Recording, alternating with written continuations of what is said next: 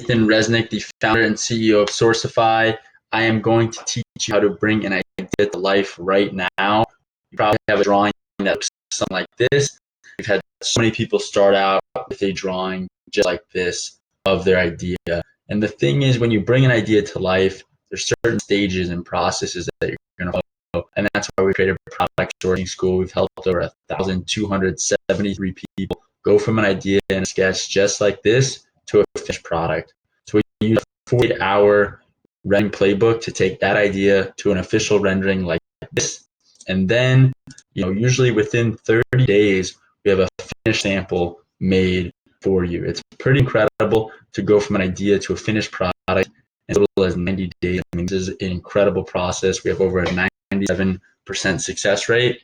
And after that, a lot of our students in product sourcing school are launching on Shopify, Amazon, Kickstarter, and going to run 6, 7, and 8-figure businesses. So hopefully one day your store looks like this.